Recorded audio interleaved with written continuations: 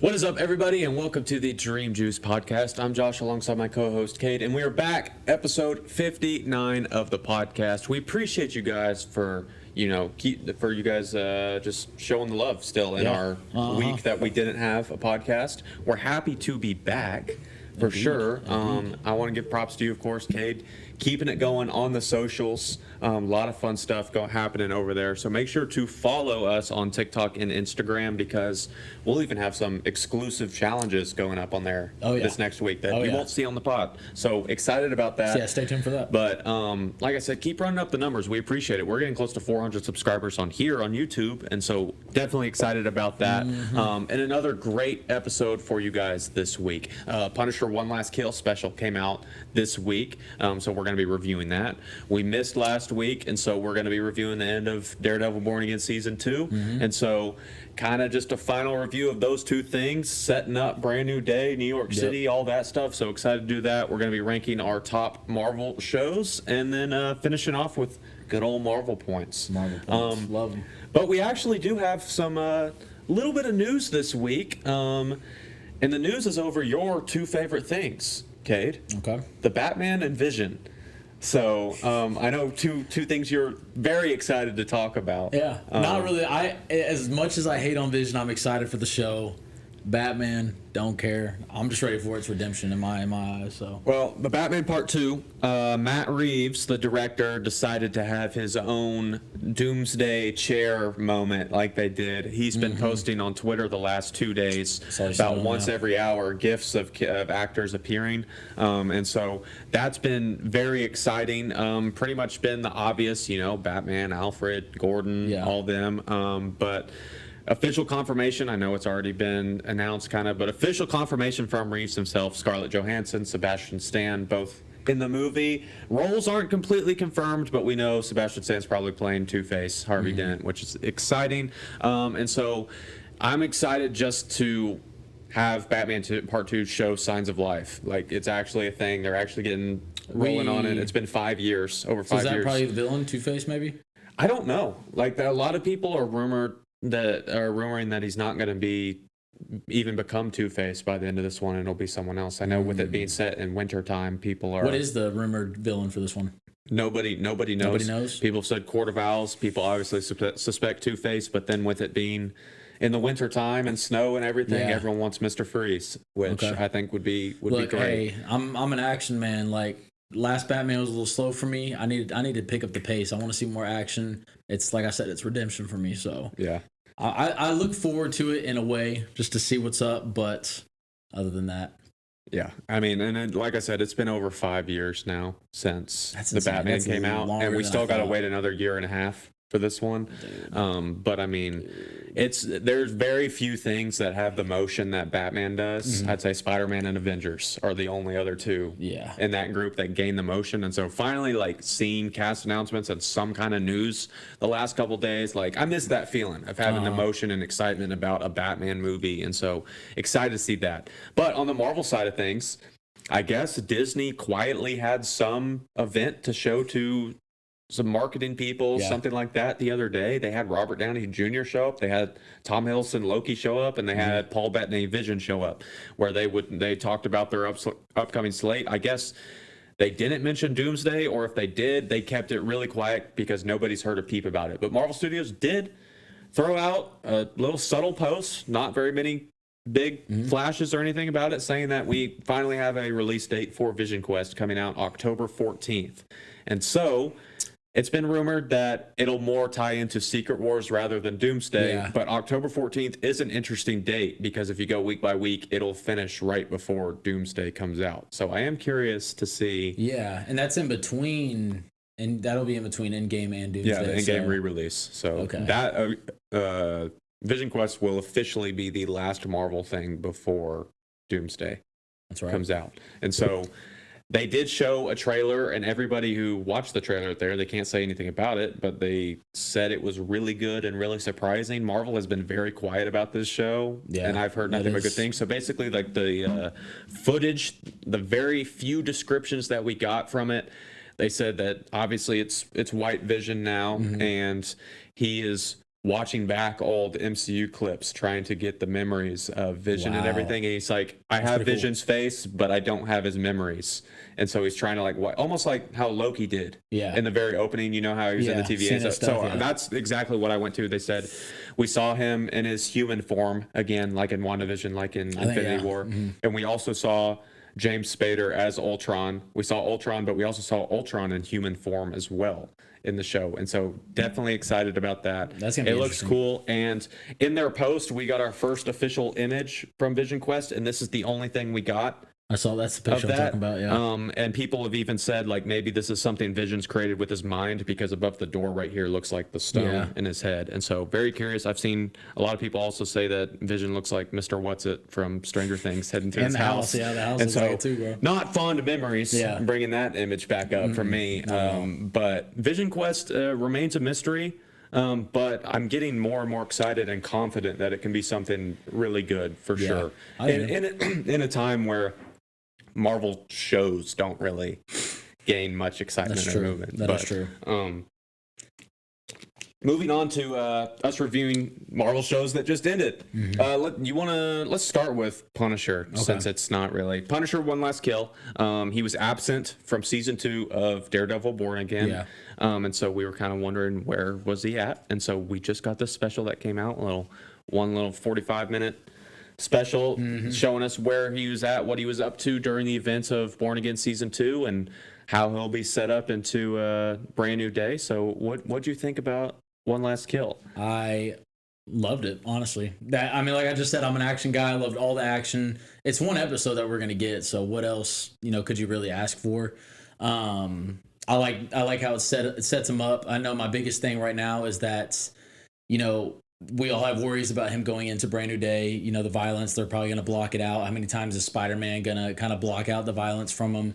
So I think the role and how it ended sets him up pretty well for Brand New Day.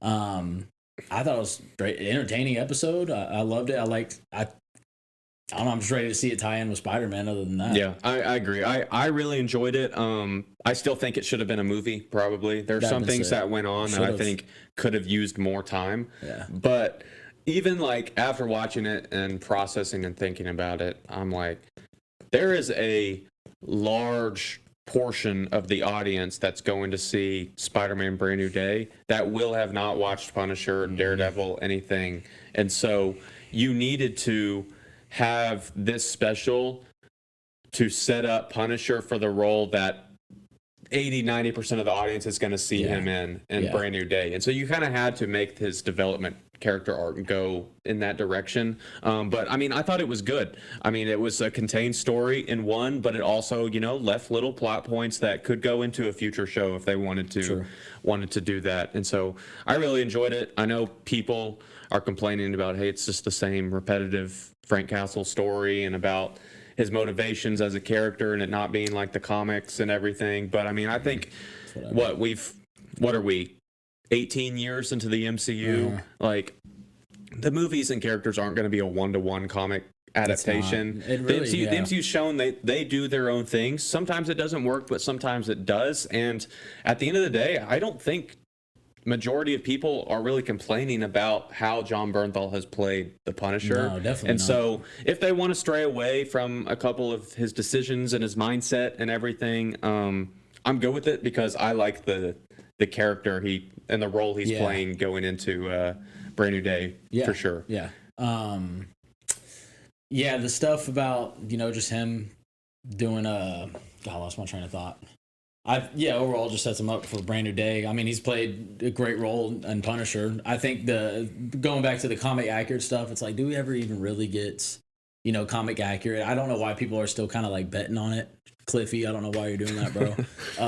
But I mean, I can never expect it for it to be comic accurate. And they, like I said, they had to set him up for Brand New Day for going into the Disney MCU rule. Yeah, and at the end of the day, like, how many times is Disney really going to let Marvel push the limits of that R rating? And so I'm just grateful we got an R-rated project to begin with. That's what I was going to say, too. And so letting Punisher have his moment where he can be as violent as he wants before having to get toned back, like you said, for Spider-Man, and Spider-Man being even more of a kid-friendly movie than other Marvel projects. Yes. And so it was nice to let Punisher have his moment because we don't know when that's going to happen again. I was actually, one, worried about it, but also glad about it because, one, I'm like, if they do something super violent one episode right before it, then it's kind of like, oh, they're going to get a whole different version of him in a brand new day, and he's just not violent because they're going to block it out. I hope they like show him being violent and they block it out right. Give us a little something that does kind of have us in shock. I don't know how, if they would give it to us.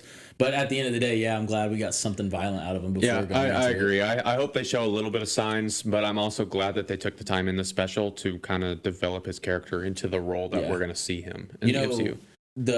A couple scenes in there when he's just walking down the street and you see all the violence happening, but they're not like showing it. I feel like they could do a good job filming in that way in Brand New Day. You know, like all the violence had one, the dog, like that's crazy, bro. That was insane, dude. Like, opening scene, I was like, what is like, hold up, bro. Like they didn't show it, but they obviously know what just happened. And then I think the cop car rolled in, pulls up, camera comes back, the whole thing's on fire. Yeah. So it's like the violence is there. They did good. Like specifically that scene, I think they could, if they film it in a way like that, I feel like it could work perfectly. Yeah, and I agree. I mean, it'll be nice to.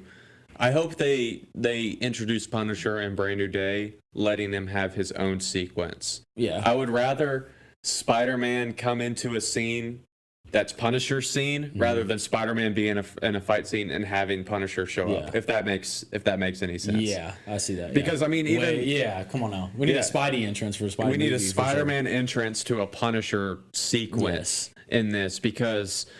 I mean, we'll talk about this. Bring this up again when we're talking about Born Again. But I mean, the amount of times, and I know the rights are the issue to this, but the amount of times that New York has been in a situation where they need all the help they can get in the last year in the MCU, and Spider-Man is nowhere to be found. Like, it's crazy. It would be nice to finally see a Punisher scene in Brand New Day where a lot of BS is going on. And then Spider-Man shows up for the first time ever. Even though it's his own movie, it'd be nice to see him help out. I mean, quickly, I saw you posted on TikTok, bro. We had Thunderbolts, The Void, we had Kingpin, everything going on Daredevil, and then we had this whole Punisher thing. Is Tom Holland Spider-Man on Fraud Watch, bro? Not showing up at these events. Like I said, like it's not entirely his fault because it's Sony and the rights and everything, but I'm like, they've set him up to be on the biggest Fraud Watch ever because like the amount of stuff, especially during a time where he is full Spider-Man and not even Peter Parker. So he should be able to be here for all this. And so that's crazy, man. He should be everywhere. Especially the scenes in Punisher special episode. Dude. Like, dude, oh my gosh. Like, I feel like Spidey would have to show up in that. Not to mention, like, let alone just hearing about the whole Kingpin, him being mayor, all that stuff.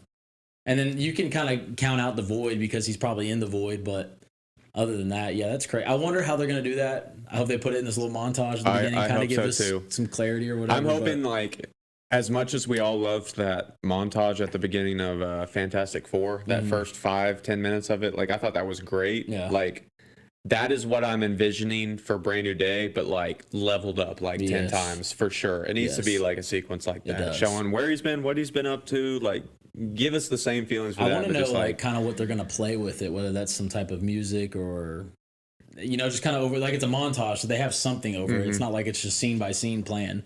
Like, I wonder how that's just going to, like, what vibe they're going to go with. I hope even in that montage they throw in, like we've mentioned before, instances of him helping out in those scenarios. Like, even like the comic cover, like we said, it could be of him helping out during the Void. Or in this montage, they show him helping out something during the riots in Born Again, or something in Punisher. Like, do stuff like that just to, like, let us feel at ease that he's actually been helping out. I've said we needed most from Tom is we need him saving people.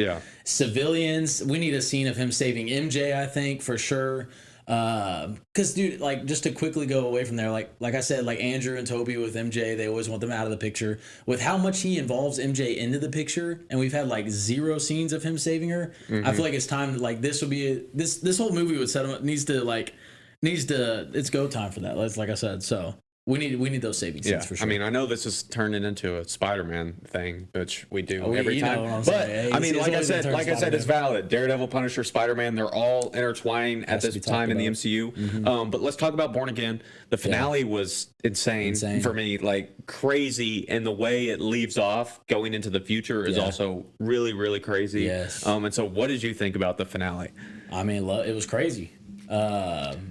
I know it's been like a week or now, so I'm trying to catch up on it, but the dual hallway fights. Yeah, the dual hallway fights, basically Kingpin going rage mode.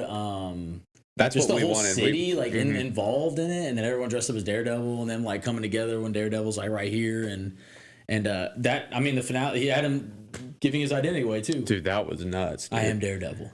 That was the build up for that, like 5 seasons of Daredevil and him finally doing that. Like that was pretty nuts. It was a cool situation too, because it's like the final thing he needed just to win that. And then what's his? I always forget his name. Oh, Powell, whatever. He's blind lawyer that can fight or whatever. And he's like he's blind, and then he does his thing with his little billy club that catches. It caught me off guard when he did it. It was tough, bro. Because he did it right when the other lawyer was trying to like decline it and say we don't have proof, and I was like, oh man.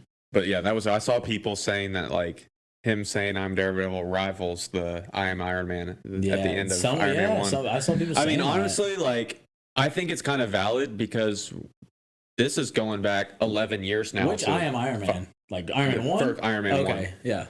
Not the snap. I know, definitely not the snap, but it'd be Iron Man revealing his identity. Yeah, if you definitely do that, because this was more intense. It's a finale of the season. Iron Man 1 was it's 11 years in the making. Yeah. So, I mean, it's... that was definitely. I would say so. I mean, it was crazy. I mean, I love the finale. We got what we wanted. What we've been talking about the last couple of weeks. We wanted to see an unhinged Kingpin. Yeah. And we got him. Open the door. Yeah. Boom. He just needed to hit something, boom. bro. Dude, he picked that person up and like broke their back on the pillar of that wall or whatever, and just was straight like, dude, insane. And then he's just gets to go free. I know, that's crazy. He's off his own, and Matt's in prison now. And so, with that being said, Daredevil in jail. Again, brand new day. Like, what is going on? What is this connection? I feel like it's too good to be true at this point. It is. It has to happen. I did see something literally today, and I actually think I believe this theory is, I think, obviously, we've seen a lot of connections of Punisher and Spider-Man. I think it's going to get to some situation where they're involved with the hand. It's just what I saw, so someone else is on there. And they're going to end up in a situation where Punisher and Spider-Man are basically going to need to go break Daredevil out of prison. In some situation, because you did talk about the hand is basically Daredevil's villains. Well, and he's going to know about him. Well, now because Matt has revealed his identity as Daredevil, the hand knows, okay, Matt Murdock is in prison. Matt Murdock is Daredevil. We can go attack him. Beforehand, if he didn't reveal himself as Daredevil, the hand would have no reason to go to a prison to attack a random person. That's got to add up right there. And then Tom's in that prison. It's hard to say how the timing is going to be on that prison because it's so weird. It's got to be the same prison, right? That's why I'm saying it almost seems too good to be true at this point because I feel like people would just be mad if it didn't happen. I feel like we're going to be mad because they'll be like, it's a different prison, and there's obviously set photos from season 3 where he's still in prison, and it's like that would be incredibly. I feel like you said, they're going to have to break him out to help at some point, but Matt Murdock would go back in jail afterwards because everybody knows he's Daredevil and everything, and he doesn't want to risk anybody else getting hurt, and so he returns back to jail, which is weird, but I don't know. I don't know. I think it has to happen. I mean, I know we like these Spider-Man movies. We have doubts about Tobey and Andrew coming back out, but like the way that they're setting it up, it's just similar to No Way Home. It's like if they really do that, it just would be stupid, especially having Punisher in this and everything's just tying in together. There's no way. I honestly, it's like a 99% chance Daredevil has to be in it. All right, so I know we're talking a lot about Spider-Man, but one last thing about Daredevil, and then we can continue talking about that. But what do you think about Bullseye's future after the finale? Definitely a very interesting storyline that he could head into following season 2. Are we crazy for thinking that he could be part of the Thunderbolts? Or dude, I think that's the most obvious thing because that Mr. Charles or whatever we know is working for Val in some capacity because he answered the phone call from her and everything, and I guess Luke Cage was working for him and he stopped, and so we needed a new person and got Dex to come on board, and so I mean, I would like to see Bullseye in the Thunderbolts. Yeah, honestly. I would like to see it. I think he fits it perfectly. And I saw a comment saying like, "Oh, there's no way he can be on Thunderbolts. He's like he's a killer or something like that." I'm like, dude, like John Walker killed somebody. Bucky, are you kidding me?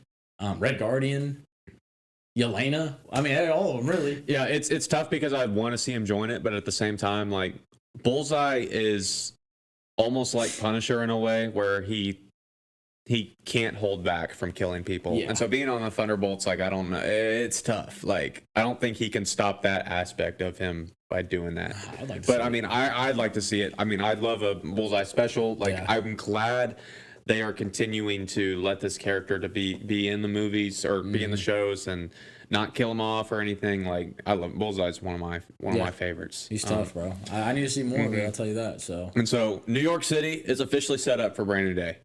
We have finished Daredevil. We've finished Punisher. Brand New Day actually released a couple new things as of the day we're recording. A new poster. Definitely the most teaser poster-ish out of the ones we've got so far. I know you have some thoughts about it. I mean, is it just me or is that just terrible? I don't know. We still haven't gotten an official poster for it. It feels like they're holding a lot back, which I respect. Is it just not? It also kind of bothers me. It's not like centered. It's just like weird. It's just odd. It just looks fan-made. I'm not a fan of this one. I'm not at all, and I don't understand. Like it looks like a Wrangler Walmart jacket. Like I don't know. It's just so random, bro. Yeah, I don't know. It's just random. I'll give it to them just because I still believe that these are like the teaser posters they're talking about and not the official poster. But like this was just such a random day to drop it, and then this is the one. If you center him, take off the jacket, that would be tough. It would have made more sense for them to drop a poster with Spider-Man and Punisher together because this week the Punisher thing came out. You think it would have made sense to do it? It would have made sense if they dropped a poster, like, do one with Peter and Frank together. Dude, yeah. Like, come on, man. This is weird. And then they also released, like, a little, like a minute-long behind-the-scenes video. I don't know if you saw it. It was a lot of the same stuff we saw of them doing the swinging in the tank scene. I saw it. And them saying it's the most action-packed Spider-Man movie ever. But then we got a quick glimpse that a lot of people said this might be part of the montage of Spider-Man getting thrown back into a truck in the snow. Yeah. And sick, bro. Literally looks like him, bro. Looks like Andrew Garfield, man, wearing the Spidey suit, but wearing, a beanie and scarf and coat on the outside. Hilarious. Like, I love him paying homage. Like, he doesn't know Andrew did that, but like, it's cool to see things like that. You know what's funny is I literally said, like, in the past, I was like, Tom needs to be moving like this in Brand New Day, and it was a picture of Andrew, just like of that montage that Andrew had in TASM 2 when he was just like so sick and like we need it. And it's funny they throw him in the same outfit. So yeah, I mean, like I said, we've now reached a point where the next entry in the MCU is Spider-Man Brand New Day. And we are finally here. That is next up now. That's crazy. I think when they announced like the movie. I know. I think a new trailer for Brand New Day is on the horizon. And people are expecting like they might throw Hulk in this one and see it. I know merch is ramping up for it. I've been seeing different t-shirts and stuff come out. And so I'm excited for it, man. I mean, get nervous. The nerves are coming back, and Brand New Day is good. Excited to see Punisher come back, and just cross your fingers Daredevil finds a way to show up, because I mean, honestly, like at this point, like Daredevil has got to be up there. Charlie Cox has got to be up there as one of the best superhero castings of all time for as long as he's played the character and as well as he's played him. I mean, he deserves to be able to be in a Spider-Man movie as Daredevil, not Matt Murdock for a cameo like in No Way Home. No doubt.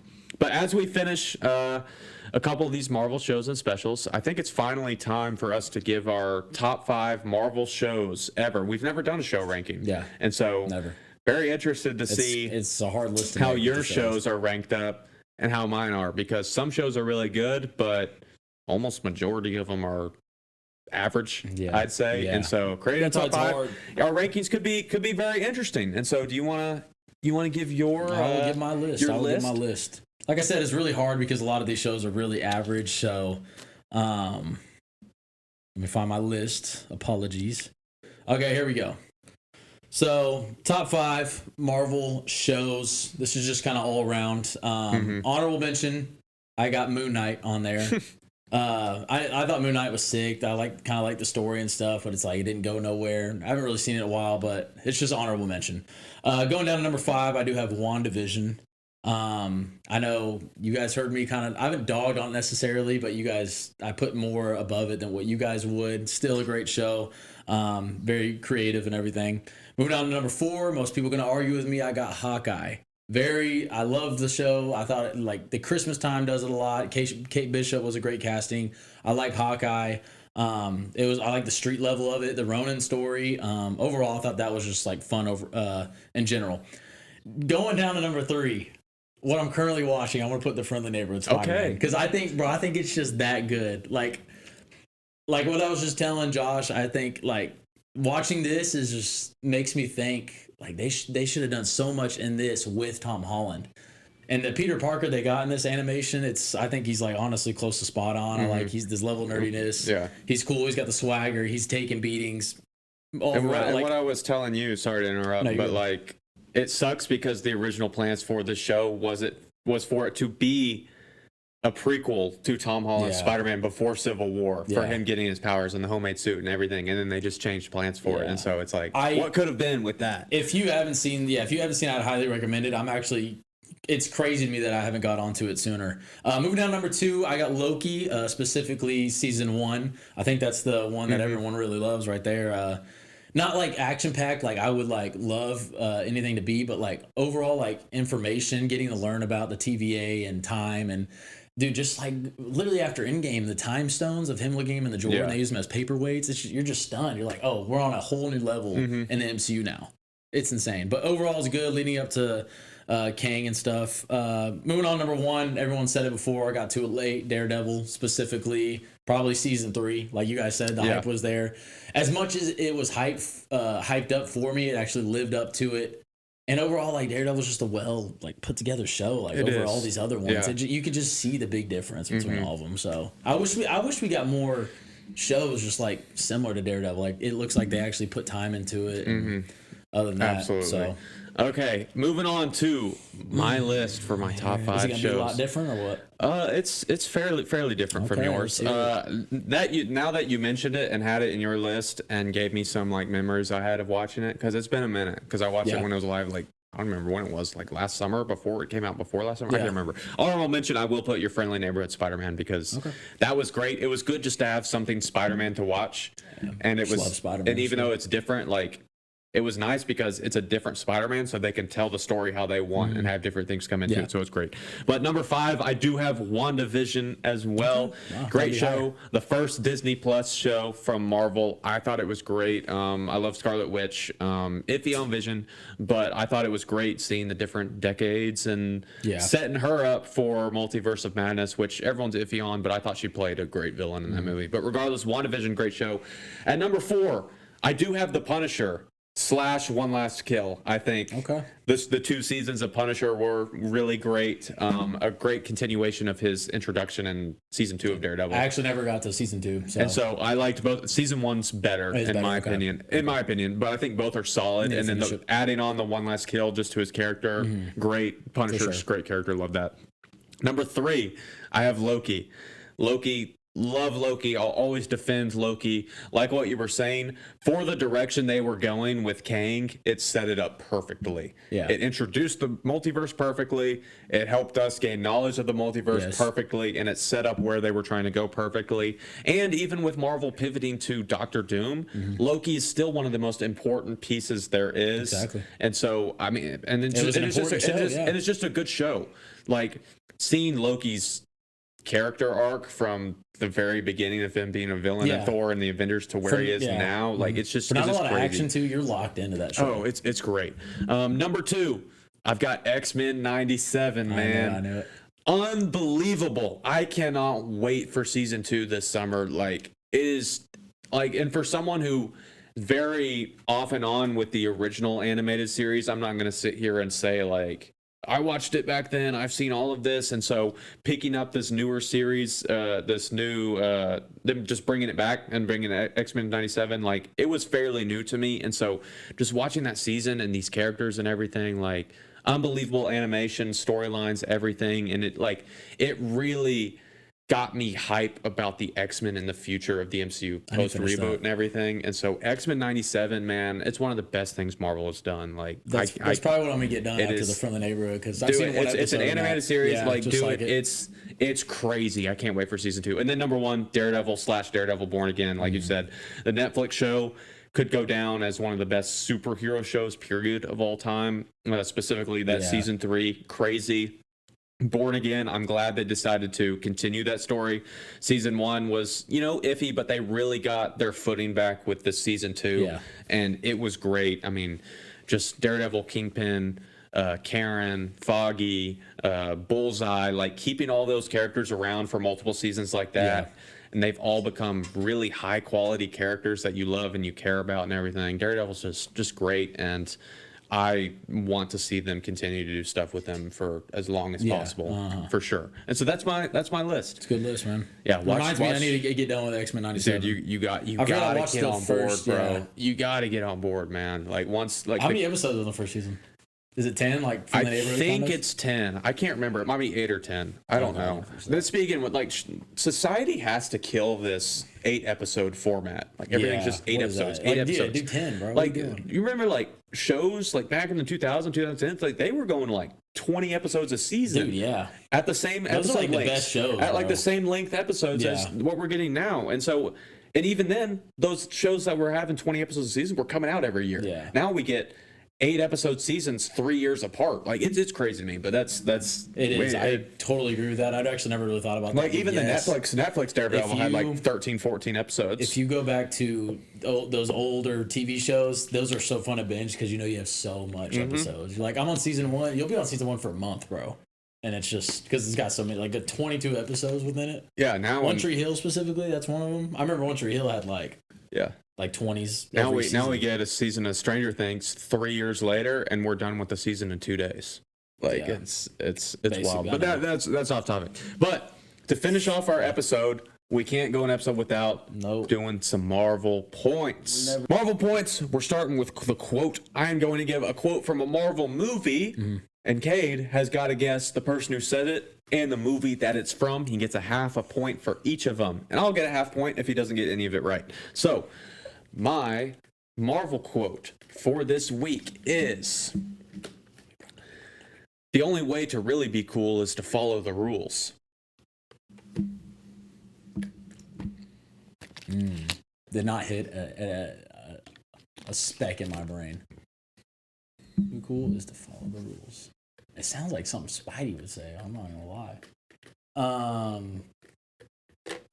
The only way to really be cool is to follow. Oh wait, I think I might know it. It's starting to kind of linger in there. Yeah. Y'all in the comments right now, let me know if you got this before me, because I'm still thinking right now. Hey, y'all keep engaging with those posts. Cool. Yeah. They've been really running up our Marvel points up. I'm gonna go like out on a limb here, bro, and just this is kind of like what I see. Oh, bro, if I get this right, all right, 3, 2, 1, flip them. Captain America in Homecoming. Ding, ding, ding. Really? It is correct. Captain America says it in one of his instructional videos at the high school. Yes. So that is a point for Kate. I'm glad you needed a point too, man. Did, bro. Dude, that's a good pull, man. That is a good pull. The quote, like when you get the answer right, it's like really obvious, like duh, that situation, it makes sense. Really but like cool. Saying it's such like you don't think of Captain America in Homecoming, and so it's not like him like physically there saying it. It's from like a recording. Yeah. Wow, that was a great little quote you did there. I'm shocked I pulled that. Wow. My Marvel quote this week. Guess the person who says it and the movie it's from. If Josh gets it wrong, I get a point.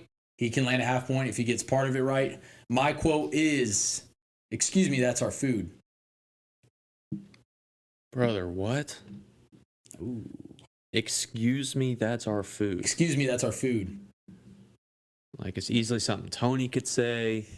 Like for some reason, I think it's something Valkyrie would have said. I'm thinking of a prison scene in Guardians 1. Like, there's so many. Like, I'm all over the MCU at this point. But it's also like, dude, that's like can't even think of like many like food scenes. Like, what could have been? It's not something in Endgame with the tacos. It's definitely not Infinity Excuse me, War. that's our food. I'm taking a long time here. All right. 3, 2, 1, flip it. Tony and Iron Man, that is incorrect. It is Peter Quill in Infinity War when Thor is in their ship and he just opens the fridge. And he's like, excuse me, that's our food. That's... I wasn't even thinking. I like my mind completely skipped over Infinity War. Yeah, I feel like you're kind of like trying to think too deep into a food scene. You know what I mean? Like that whole scene in Infinity War, my mind immediately goes to like I'm the captain. Like look at him trying to flex over me, and then Thor giving his like whole monologue, and then dang. Not a broad quote, but like a broad scene for sure. That's a good one to ask. Dang, I always feel even worse about myself when I miss Infinity War questions. Yeah. Moving on to Marvel trivia, I've got a Marvel trivia question for Cade. He's got a chance to earn some more points if he gets this right. Interesting question for you this week, Cade. What character has the most appearances in the MCU? Like movie-wise? Like how many movies have they been? The entire MCU. What character has the most appearances in the MCU? So shows are included in this. But like, are you talking about like you're not talking about strictly movie? You're talking about like times. Are you talking about like screen time appearance or? No, just how many different shows and movies have they shown up in? Okay. And so whoever's the one person, number one. Mm-hmm. And so if they're in the movie or show, that's an appearance. Okay. And so who has appeared the most in the MCU? Who has the most appearances? I'm gonna go with like my first gut person right here, bro. Wait, I'm gonna write it down, but I'm gonna do a double take after. All right, I'm just gonna go for it. All right, 3, 2, 1, flip them. Kate says Nick Fury. Ding, ding, ding. Let's you are correct again. Let's get it. Wow. I was second guessing that too. I was like, it's got to be that. Board. It's got to be that. Yeah, I think he has 15 total appearances. I think having that whole Secret Invasion show and him being in both Captain Marvel movies put him over. You know what answer I also would have accepted, which you probably never would have gotten? What? Which I'm not counting it as the true most, is Stan Lee. He definitely has the most, but Nick Fury is like the most like character, actual character. Yeah, I would have counted it if you answered it that. But in the show Hawkeye. Oh, a show question. Oh my gosh, it should be in the show Hawkeye. What food was Yelena making in Kate Bishop's apartment? Remember she's in there like cooking up something. You remember what it was? Yeah, she says something about her spoon or I think it was a spork, but something like that.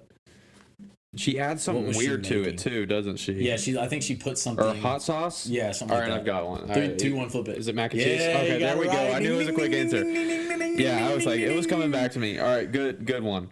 So that will do it for Marvel points. Let me know if you guys got any of those right. I know we have been a little bit more on the easier side of questions recently, but we throw in some difficult ones every now and then because we don't know your exact ball of knowledge. We don't. It's hard to come up with the harder ones too. And we've done so many that it's like. I'm glad you got that one. I know. But that will do it for episode 59 of the Dream Juice podcast. We appreciate you guys. Make sure to like the video and subscribe. Follow us on TikTok and Instagram. Brand new day is upon us. We should be expecting a new trailer for that and Doomsday trailer. Marvel, just pick it up, dude. We're still waiting. But as for me, as for Kate, episode 59 of the Dream Juice podcast is a wrap, and we will see you guys next time.